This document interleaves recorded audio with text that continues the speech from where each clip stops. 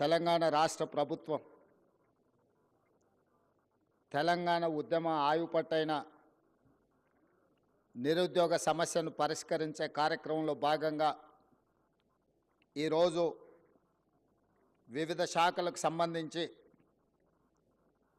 Residential schools ప్రిన్సిపల్స్గా assistant executive engineers civil ENC mission Bhagiratha నుండి public health and municipal engineering tribal welfare R and B అదేవిధంగా agriculture డిపార్ట్మెంట్లో agriculture ఆఫీసర్లు టీచర్స్లో ఫిజికల్ ఎడ్యుకేషన్ టీచర్స్ అదేవిధంగా లైబ్రరియన్స్ వివిధ శాఖలకు సంబంధించి కొన్ని 2017లో నోటిఫికేషన్ ఇస్తే ఇంకొన్ని 2 సంవత్సరాల క్రితం నోటిఫికేషన్లు ఇచ్చిన ఆనాటి ప్రభుత్వంలోని పెద్దలు మీ ఉద్యోగ నియామకాలు పట్టించుకోకపోవడం వల్ల వివిధ న్యాయస్థానాలలో ఈ కేసుల పరిష్కారం చూపించక మీ ఉద్యోగాలను ఇవ్వడం వాళ్ళ బాధ్యత అని వాళ్ళు భావించకపోవడం వల్ల కొన్ని 8 సంవత్సరాలు 7 సంవత్సరాలు అయితే కొన్ని 2 సంవత్సరాల పైగా మీరు మీ కుటుంబ సభ్యులు నిరీక్షించి ప్రభుత్వాల మీదనే విశ్వాసం కోల్పోయే పరిస్థితులు వచ్చినాయి. కానీ మార్పు రావాలి, కాంగ్రెస్ గెలవాలి అన్న ఆలోచనతోటి ఆనాడు ఏ చేతులతోనైతే విద్యార్థి నిరుద్యోగ జంగ్ సైరన్ కార్యక్రమాన్ని మోగించినమో ఆ కార్యక్రమంలో మీరందరూ అండగా నిలబడి ఆ రోజు నేను తీసుకున్న కార్యక్రమంలో వేలాది మంది పాల్గొన్నప్పుడు నేను ఆ విద్యార్థులకు ఒక మాట చెప్పిన, మీకు ఉద్యోగాలు రావాలి అనంటే ముఖ్యమంత్రి కుర్చీలో మంత్రుల కుర్చీలో ఉన్న వాళ్ళ ఉద్యోగాలు ఊడాలి, అప్పుడే మీకు ఉద్యోగాలు వస్తాయని ఆనాడు చెప్పడం జరిగింది.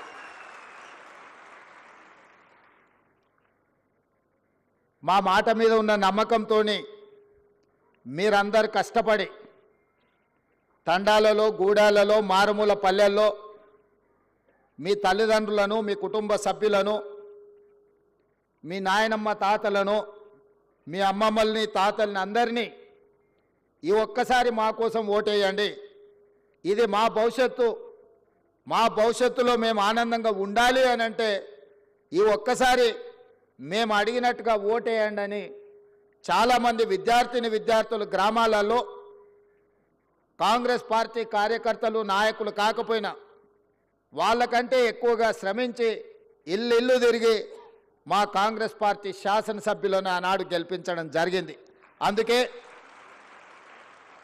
అందుకే ఈ తెలంగాణ రాష్ట్రంలో 65 మంది శాసనసభ్యులను గెలిపించుకొని పక్కా ప్రభుత్వాన్ని ఏర్పాటు చేసి డిసెంబర్ 7, 2023 నాడు ఎల్బీ స్టేడియంలో వేలాది మంది సమక్షంలో మా కుటుంబ సభ్యుల కళ్ళల్లో ఆనందం చూస్తూ మేమందరం ముఖ్యమంత్రిగా మంత్రులుగా ప్రమాణ స్వీకారం చేపట్టడం జరిగింది. ఏ ఎల్బీ స్టేడియంలో మాకు ఉద్యోగాలు వచ్చి మేము బాధ్యతలు తీసుకున్నప్పుడు మా కుటుంబ సభ్యులు ఎంత సంతోషంగా ఉన్నారో, కొన్ని సంవత్సరాల నుంచి నియామకాలు జరగక ఉద్యోగ ఉపాధి అవకాశాలు లేక లక్షలాది మంది నిరుద్యోగ యువకులు నిరాశ చెందుతున్న సందర్భంలో మా మంత్రివర్గం ఆలోచన చేసి సంవత్సరాల కొద్దీ వాయిదా పడుతున్న ప్రభుత్వ ఉద్యోగాలను 90 రోజుల్లోనే 30,000 ఉద్యోగాలు వాళ్ళ తల్లిదండ్రుల కళ్ళల్లో ఆనందం చూసే విధంగా, వాళ్ళ కుటుంబ సభ్యులు సంతోషపడే విధంగా అదే ఎల్బీ స్టేడియంలో 31,000 మంది నిరుద్యోగులకు ఉద్యోగ నియామక పత్రాలు మేము అందించడం జరిగింది. అదే కాకుండా ఈనాడు పండుగ ముందు చాలామంది అన్నారు, పండుగ వస్తుంది, తెలంగాణలో పెద్ద పండుగ, అందరు పండుగ కార్యక్రమాలలో బిజీగా ఉంటారు, ఈ నియామక కార్యక్రమాలు ఇప్పుడు పండుగ ముందు చేపడితే వస్తారో రారో, పండుగ అయినాక చేపడదామని నాకు సూచన చేశారు. నేనన్నా ఈ తెలంగాణకు అత్యంత పెద్ద పండుగ దసరా పండుగ. ప్రతి కుటుంబంలో సంతోషం చూడాలి. వాళ్ళ నియామక పత్రాలు అందించి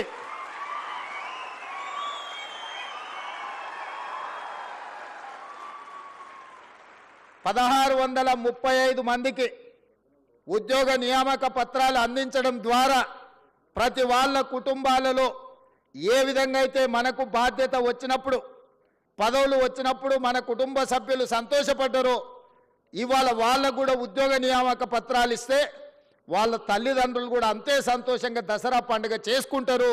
వాళ్ళ కళ్ళల్లో ఆనందం చూడాలి. ఉద్యోగాలు వచ్చిన వాళ్ళే కాదు వాళ్ళ తల్లిదండ్రులను కూడా ఈ కార్యక్రమానికి ఆహ్వానించండి, శిల్ప కళావేదికలో ఏర్పాటు చేయండి అని చెప్పి మా అధికారులకు ఆదేశించడం జరిగింది. ఈరోజు ఇంత అద్భుతమైన ఇంత మంచి కార్యక్రమం నేను చాలా సభలు సమావేశాలు మీకు తెలుసు వెళ్తుంటాను. ఆ సభలలో సమావేశాలలో సంతోషంతో కొట్టే చప్పట్లు లేకపోతే కూలీకి వచ్చిన వాళ్ళు కొట్టే చప్పట్లకు తేడా నేను గుర్తిస్తా. ఇవాళ మీరు కొడుతున్న చప్పట్ల వెనుక మీ సంతోషం, మీ కుటుంబ సభ్యుల యొక్క ఆనందం కొట్టొచ్చిన కనిపిస్తుంది. ఎందుకంటే ఏళ్ల కొద్దీ నిరీక్షించే మీ కళ ఈరోజు సాకారం కాబోతుంది.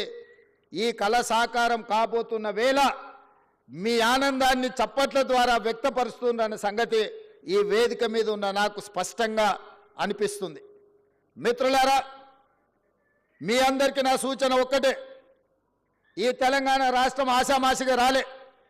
ఈ తెలంగాణ రాష్ట్రం మీలాంటి వేలాది లక్షలాది మంది విద్యార్థిని నిరుద్యోగ యువకులు ఉద్యమాలు చేసి వందలాది మంది పిల్లలు ఆత్మ బలిదానాలు చేసుకుంటే రాష్ట్రాన్ని తెచ్చుకున్నాం.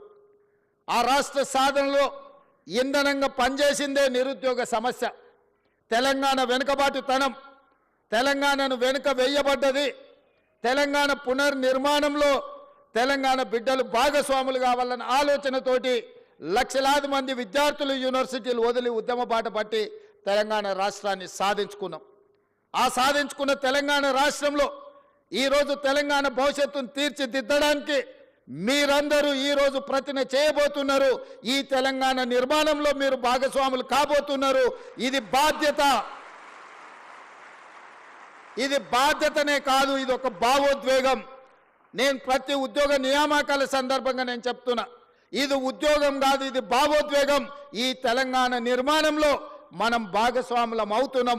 ఏ విధంగా అయితే ముఖ్యమంత్రి నాకు ఒక భావోద్వేగమో, ఏ విధంగా అయితే లక్షలాది మందికి రాని అవకాశం ఈరోజు నాకు ముఖ్యమంత్రి వచ్చిందో, ఈరోజు ఇంజనీర్లుగా మీకు కూడా లక్షలాది మంది విద్యార్థులు పోటీ పడితే మీరు ఎన్నికైనరు. మీ బాధ్యతను మీరు మరవద్దు. ఈ ఉద్యోగాన్ని ఉద్యోగంలాగా కాకుండా భావోద్వేగంగా భావించండి. ఈ తెలంగాణ నిర్మాణంలో మీరు భాగస్వాములు కాబోతున్నారు. తెలంగాణ భవిష్యత్తు నిర్మాణంలో ఈ ఇంజనీర్లదే కీలకమైన బాధ్యత. పెద్దలు కోమటిరెడ్డి వెంకటరెడ్డి గారు చెప్పినట్టు మీరు బాధ్యతాయుతంగా వ్యవహరించండి. ఎవరిని ఆదర్శంగా తీసుకోవాలో మీ కళ్ళ ముందలో ఉన్నాయి. బాక్రానంగల్ డ్యామ్ నుంచి నాగార్జున సాగర్, శ్రీశైలం, శ్రీరామ్ సాగర్ వరకు పండిత్ జవహర్లాల్ నెహ్రూ గారి సమయంలో మొదటి ప్రధానమంత్రి కట్టిన ప్రాజెక్టులు ఎన్ని వర్షాలు, వరదలు, తుఫాన్లు, ఉప్పెనలు వచ్చినా నిటారుగా నిలబడి ఆ నాణ్యత అక్కడ కళ్ళ ముందు కనిపిస్తుంది. ఆ రోజు సాంకేతిక నైపుణ్యం లేదు, ఈ యంత్ర సామాగ్రి లేదు. మనుషులనే పెట్టి సంవత్సరాల కొద్దీ అక్కడ క్యాంపులేసి అక్కడ కూర్చొని నిర్మాణం చేసి ఇవాళ ఈ తెలంగాణను నిర్మించడం జరిగింది. ఇదే కాదు, మోక్షగుండం విశ్వేశ్వరయ్య 1908లో హైదరాబాదు నగరాన్ని వరదలు వచ్చి ఉప్పెనై కమ్మేసి వేలాది మందిని పొట్టన పెట్టుకున్నప్పుడు ఆ వరదల్ని నియంత్రించడానికి ప్రపంచంలో ఉండే ఇంజనీర్లందరినీ కూడా వారు సంప్రదించడం జరిగింది. అందులో మోక్షగుండం విశ్వేశ్వరయ్యను వారు నియమిస్తే వారు ఈరోజు నిర్మించిన man made wonders Osman Sagar, Himayat Sagar, మనం ముద్దుగా పిలుచుకునే గండిపేట నుంచి మొదలు పెడితే పురాణపూర్ బ్రిడ్జ్ల వరకు ఈరోజు హైదరాబాదు నగరంలో ఆనాడు ఈ వరదల్ని, అనంతగిరి కొండల్లో నుంచి వచ్చే వరదల్ని నియంత్రించడం ద్వారా, నిలువరించడం ద్వారా గండిపేట ఉస్మాన్ సాగర్లను నిర్మించి ఖాళీ నీళ్ల కోసమే కాదు, వాటిని తాగునీటి వనరులుగా మార్చి లక్షలాది మంది హైదరాబాద్ ప్రజలకు దాహార్తిని తీర్చడానికి మోక్షగుండం విశ్వేశ్వరయ్య నిర్మించిండో. వారు ఇంజనీర్ కాబట్టే, క్వాలిటీ కలిగిన ఇంజనీర్ కాబట్టే అలాంటి గొప్ప మ్యాన్మేడ్ వండర్స్ను, అద్భుతాలను నిర్మించి మనకిచ్చిండు.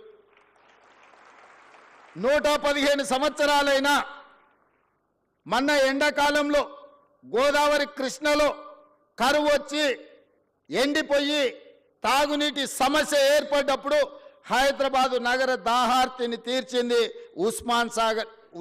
అదేవిధంగా ఈ గండిపేట్ ఈ ప్రాజెక్టులు ఆ రోజు మాకెందుకులే అని, లేదా ఏ 10 ఏళ్ళుంటే చాలను కట్టినుంటే ఇవాళ మనకు ఈ పరిస్థితిలో మన ఆదుకుంటుండేనా?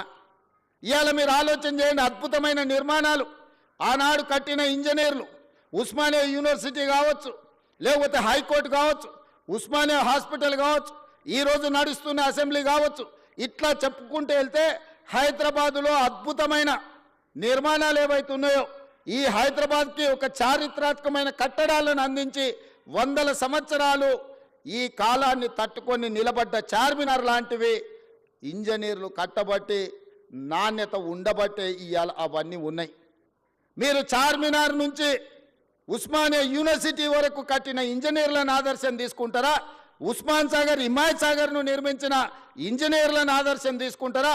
నాగార్జున సాగర్, శ్రీశైలం, శ్రీరామ్ సాగర్ కట్టిన ఇంజనీర్లను ఆదర్శంగా తీసుకుంటారా? నిజాం సాగర్ను కట్టిన ఇంజనీర్లను ఆదర్శంగా తీసుకుంటారా? నిజాం షుగర్ నిర్మించిన ఇంజనీర్లను ఆదర్శంగా తీసుకుంటారా? లేకపోతే కాళేశ్వరం కట్టిన వాళ్ళని ఆదర్శంగా తీసుకుంటారా? మీరు ఆలోచన చెయ్యండి.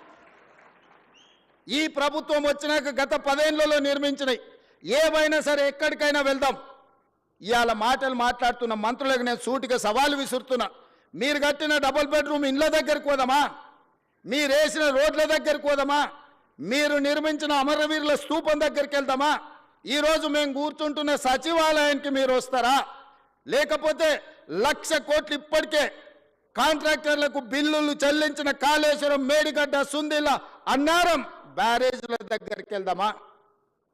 మీరే కడితిరి, మీరే మింగుతిరి, మీరు ఉండగానే కూలిపాయి. ఇప్పటికీ డిపిఆర్ లేదు, డీటెయిల్ ప్రాజెక్ట్ రిపోర్ట్ లేకుండా ఒక చిన్న గుడిసేసుకున్నా ఇవాళ రేపు మనం ఒక మేస్త్రిని పిలిచి, అయ్యా 2 అర్రల గుడిసే వేయదలుచుకున్నా కట్టెలు ఎంత పడుతుంది, సొప్పు ఎంత పడుతుంది, ఒకవేళ స్లాబ్ వేయదలుచుకుంటే సిమెంట్ ఎంత పడుతుంది, స్టీల్ ఎంత పడుతుంది, కంకర ఎంత పడుతుంది, ఖర్చు ఎంత అవుతుందని మనం అంచనా వేసుకుంటాం.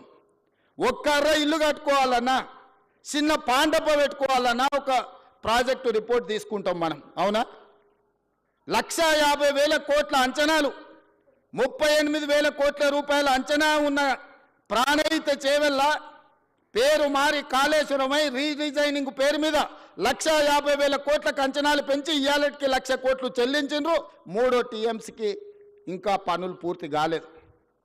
ఇంకా రిజర్వాయర్ల విషయంలో కొండపోచమ్మ, మల్లన్న సాగర్ గురించి ఈరోజు వాళ్ళు మాట్లాడుతున్నారు. మల్లన్న సాగర్లో ఈరోజు నిపుణులు చెప్తున్నారు, జియోలాజికల్ సర్వే ఆఫ్ ఇండియా వాళ్ళు, అది ఎక్కడైతే నిర్మించినో భూమిలో వర్టికల్ ఒక చీలిక ఉన్నది. 50 టీఎంసీల నీళ్లు నింపిన రోజు అది కుంగిపోయి భూకంపం వచ్చి ఊర్లే తుడిచిపెట్టకపోతాయని చెప్పి వాళ్ళ సాంకేతిక నిపుణులు నివేదిక ఇచ్చారు. గత ప్రభుత్వం ఏ రోజు కూడా 15 టీఎంసీల కంటే ఎక్కువ నీళ్లు నింపలేదు. అట్లాంటి ప్రాజెక్టు మీద 1,00,000 కోట్లు ఖర్చు పెట్టి ఇవాళ కాళేశ్వరం కట్టినామని చెప్పి మాట్లాడుతారు. నేను ఒకటే అడుగుతున్నా, ఈరోజు జరిగిన ప్రాజెక్టులో జరిగిన కమిషను ఈరోజు సాంకేతిక నైపుణ్యం మీద కొంతమేరకే విచారణ చేస్తుంది. బెస్ట్ సాంకేతిక నిపుణులను నియమిద్దాం. మీరు ఎక్కడ కట్టినరు, ఎట్లా కట్టినరు, దీని వెనకాల ఉన్న మర్మం ఏందో ఆలోచన చేద్దాం. ఈ గత 10 ఏళ్లలో జరిగిన నిర్మాణాలు మీరు ఏదైనా తీసుకోండి, మీ ఊర్లో కట్టిన చెక్ డ్యాములు తీసుకోండి, మీ ఊర్లో వేసిన రోడ్లను తీసుకోండి, మీ పల్లెల్లో కట్టిన డబుల్ బెడ్రూమ్ ఇళ్లను తీసుకోండి, లేకపోతే చిన్న చిన్న గ్రామ పంచాయతీ కార్యాలయాలు నిర్మిస్తే కూడా గత 10 ఏళ్లలో ఏం పనులు చేసిరో మీరు ఒక్కసారి చూడండి. నేను ఎందుకు ఈ మాట చెప్తున్నంటే 100 సంవత్సరాల అనుభవం ఒక్క పక్కన ఉంటే 10 సంవత్సరాల దుర్మార్గమైన ఇంకొక అనుభవం ఇంకొక పక్కన ఉంది. అందుకే ఈరోజు మీరు ఆలోచన చేయండి. ఒక పెద్ద మనిషి ఒక అధికారి నాకు చెప్పిండు, సార్ రాజకీయాలలో ప్రభుత్వ ఉద్యోగాలలో 3 దిశలు ఉంటాయని. 3 దశలు ఏంటివి అంటే చేరినప్పుడేమో గరం ఉంటారంట, కొంత దూరం పోయినాక నరమవుతారంట, చివరికి వచ్చేవరకల్లా బేసరం అవుతారంట. దయచేసి చేరినప్పుడు ఏ గరంతో ఉన్నారో మీరు ఉద్యోగ పదవీ విరమణ చేసే వరకు అదే గరంతో ఉండండి, తెలంగాణను నిర్మించండి. ఏ సూక్తి అయితే ఉన్నదో మొదట్లో గరం, తర్వాత నరం, మూడోసారికి వచ్చేవరకల్లా బేషరం అనే ఏదైతే ఉందో నానుడి, ఈ నానుడి నాకు మీకు మాత్రం ఎట్టి పరిస్థితుల్లో వర్తించకుండా ఉండాలి. మనం ప్రజలు అత్యంత విశ్వాసంతో మనకు అవకాశం ఇచ్చిండ్రు, ఆ విశ్వాసాన్ని నిలబెట్టుకోవాల్సిన బాధ్యత మన అందరి మీద ఉన్నది. ఇవాళ నేను ముఖ్యంగా 1-2 విషయాలు గుర్తు చేయదలుచుకున్నా, మీరు ఆలోచన చేయండి. గతంలో ఎన్నికలు జరిగినాయి. 2019 ఎన్నికల తర్వాత ఫలితాలు ప్రజలు పార్లమెంట్లో ఇచ్చిండ్రు. వినోద్ కుమార్ గారిని ఓడించారు, కల్వకుంట్ల కవిత గారిని ఓడించారు. 6 నెలలు తిరిగే లోపల ఒకరికి ఎమ్మెల్సీ ఇచ్చిండ్రు, ఒకరికి ప్లానింగ్ కమిషన్ వైస్ చైర్మన్ ఇచ్చిండ్రు. వాళ్ళ కుటుంబ సభ్యులకు ఉద్యోగం పోతే ప్రజలు తిరస్కరిస్తే, ప్రజలు తిరస్కరించింది కాబట్టి పక్కన పెట్టాలన్న ఆలోచన చేయకుండా ఎంబడే వాళ్ళ కుటుంబ సభ్యులకు నియామక పత్రాలు ఇచ్చింది. కానీ 2017లో నోటిఫికేషన్ ఇచ్చిన మీ ప్రిన్సిపల్స్ని ఎందుకు నియామకం చేయలేదు? 2017లో నోటిఫికేషన్ ఇచ్చిన ఫిజికల్ ఎడ్యుకేషన్ టీచర్స్ని ఎందుకు నియామకం చేయలేదు? తన కుటుంబానికి ఒక నీతి, మన కుటుంబాలకు ఇంకొక నీతి. ఇదే ఆ కుటుంబం నీతి. ఇంతకంటే ఉదాహరణగా నేను చెప్పాల్సిన అవసరం లేదు. ప్రతివాడు ముసుగు తొడుక్కుంటాడు, కానీ ఓ సందర్భంలో ముసుగు తీస్తారు. లాలూ ప్రసాద్ గారు ఓ ఉపన్యాసంలో చెప్పిండు, ఊర్లో రజకుడి గాడిద మీద ఒక దుప్పటి, రాముల వారి బొమ్మ ఉన్న దుప్పటి ఉండేదంటే ఎప్పుడో మూటలు మోసే గాడిద. అది ఊర్లో ఎవరు చేనులో మేయడానికి పోయినా అక్కడ ఆ చేను వాళ్ళు కొట్టకపోను చూడంగానే దండం పెట్టేదని. గాడిద ఏమనుకున్నదంటే నాకు ఇంత గౌరవం ఉంది, ఈ మొత్తం ఏ గడ్డి అయినా మేయొచ్చు అని ఊరి మీద పడి తింటా ఉన్నది. ఓ రోజు ముళ్ళ చెట్ల నుంచి పోతుంటే ఆ పైన వేసిన బొంత మీద ఉన్న రాముడు బొమ్మ ఉన్న బొంత ఆ చెట్టుకు తగిలి అది బయటికి పోయింది. గాడిద చేనులకు పోయి మెయ్యంగానే దుడ్డు కర్ర తీసుకొని కొడితే నడ్డి ఇరిగింది. ఎందుకు చెప్తున్నా అంటే ఆయన కూడా తెలంగాణ ఉద్యమం అనే ఒక ముసుగు, రక్షణ కవచం కొంతకాలం ఉన్నది. ఆ తెలంగాణ ఉద్యమం కోసం మీరు అందరు చేతులు ఎత్తి దండం పెట్టారు. అది వారి గొప్పతనం అని వారు అనుకుంటున్నారు. అది తెలంగాణ ఉద్యమం యొక్క గొప్పతనం, విద్యార్థిని నిరుద్యోగ యువకుల యొక్క త్యాగం. ఇవాళ ముసుగు తొలగింది కాబట్టి ముఖం జల్లక ఆయన ఎక్కడున్నాడో ఇక ఈ పిల్లలు రోడ్ల మీద పడి నోటుకొచ్చింది మాట్లాడుతారు. 10 ఏళ్లలో మీరు చేపట్టని నియామకాలు 10 నెలల లోపల ఈరోజు 60,000 ఉద్యోగ నియామకాలు.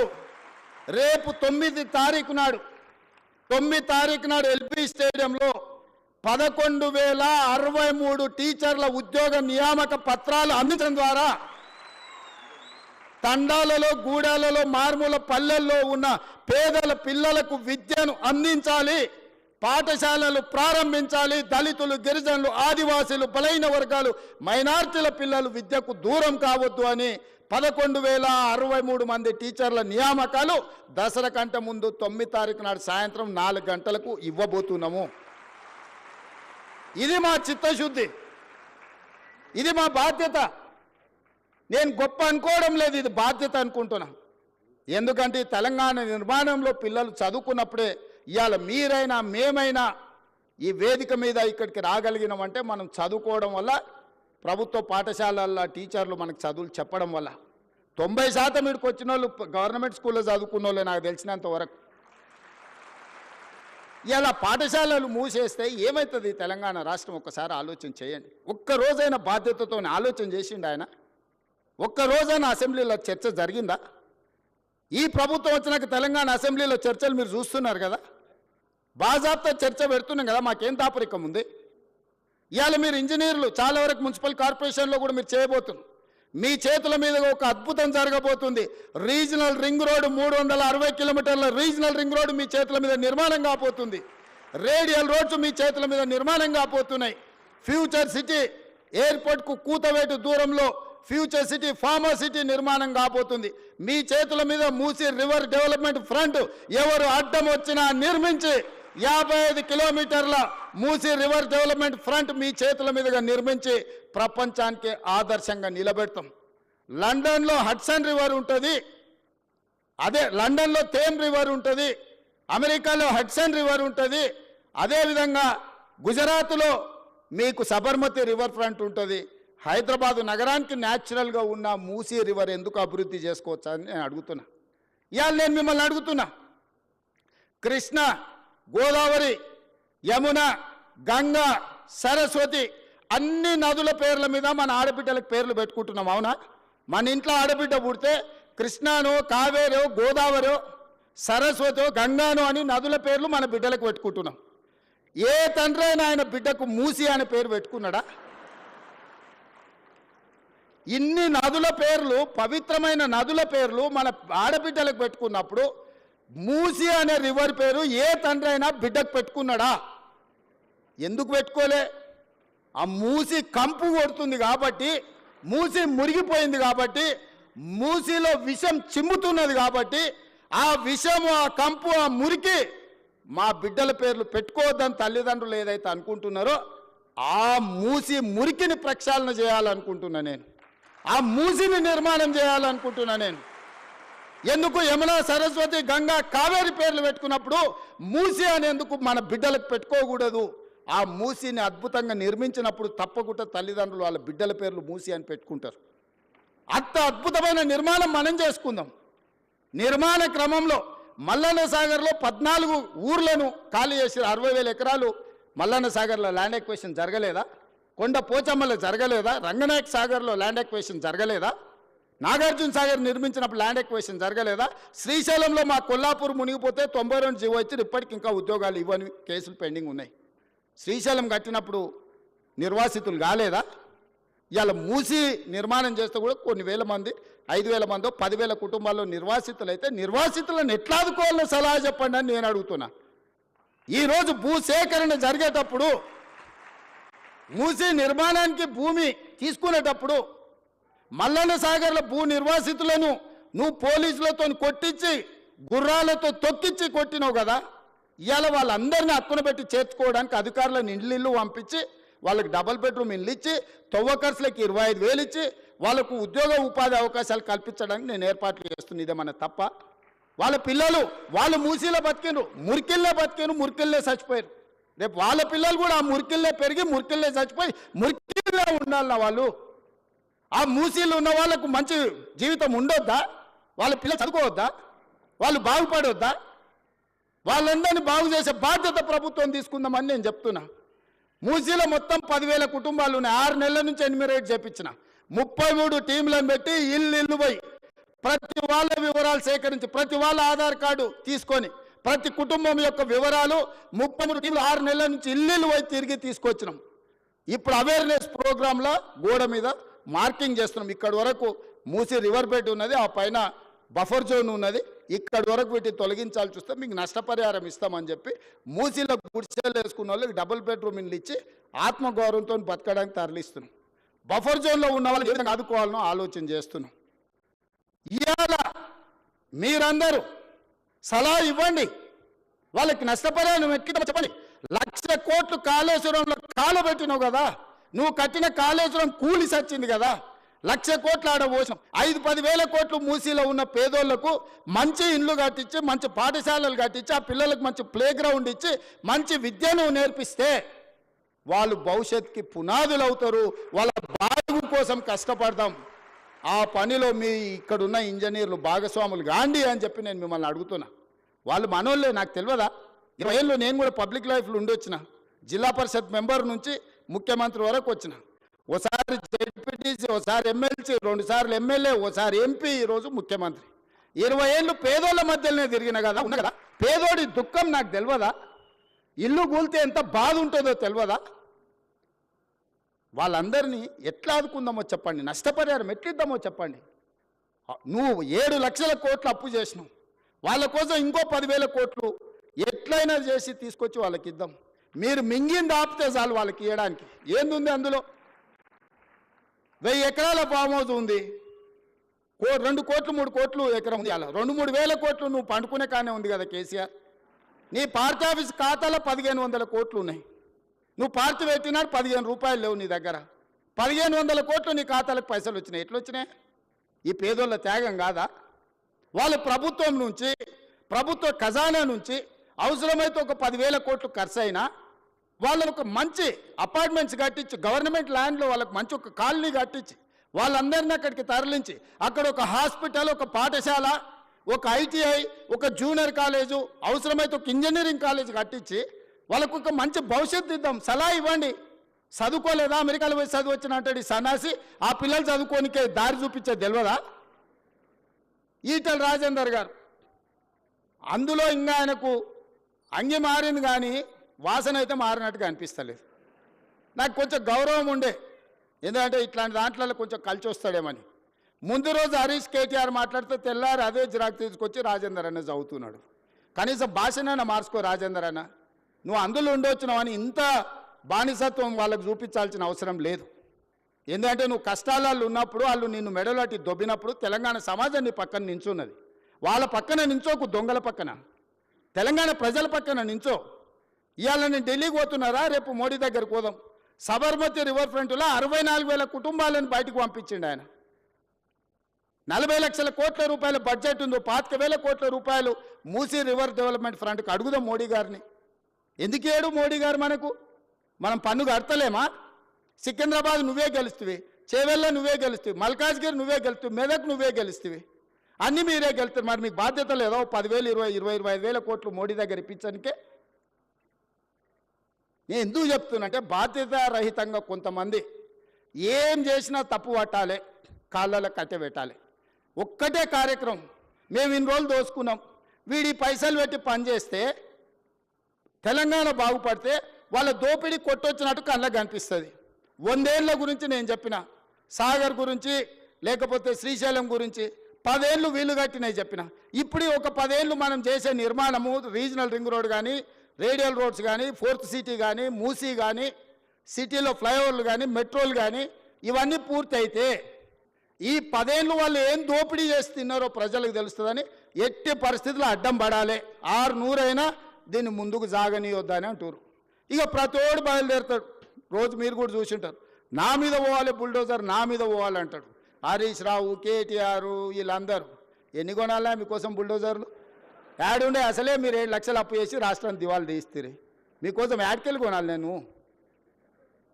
వాళ్ళని ఏం లేదబ్బా, ఒక్కటే వస్తే మూసి అంచుపంచునున్న వాళ్ళకి, నా దోస్తులకు అందరికి ఒకటే సూచన, పట్టుకొని వారం రోజులు ఆనే కూర్చోబెట్టురు మూసీలో. ఏమొద్దు, వాళ్ళని ఒక్క వారం ఆడు ఉండమనుండ్రి.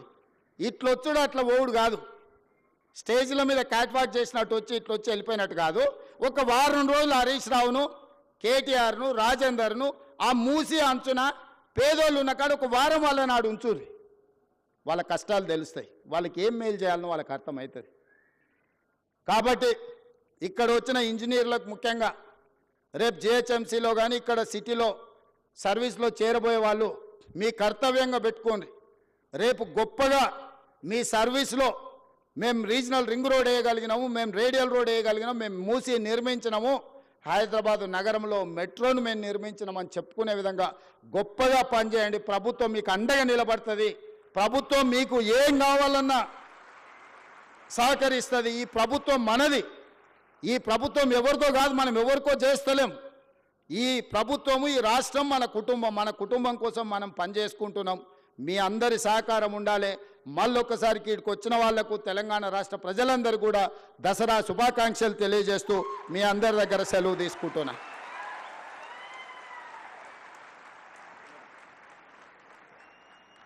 ప్రతి కుటుంబం ఆనంద కదంబంగా కావాలని ఆనరబుల్ సీఎం గారు ఇప్పుడు కొన్ని నియామక పత్రాలను అందజేస్తారు. ముందుగా ఈ కిరణ్ కుమార్ తెలంగాణ మహాత్మా జ్యోతిబా పూలే వెనుకబడిన తరగతుల విద్యా సంస్థలు. ఈ కిరణ్ కుమార్ తర్వాత Jalagam Kotesh residential education institute సంబంధించిన జలగం కోటేష్.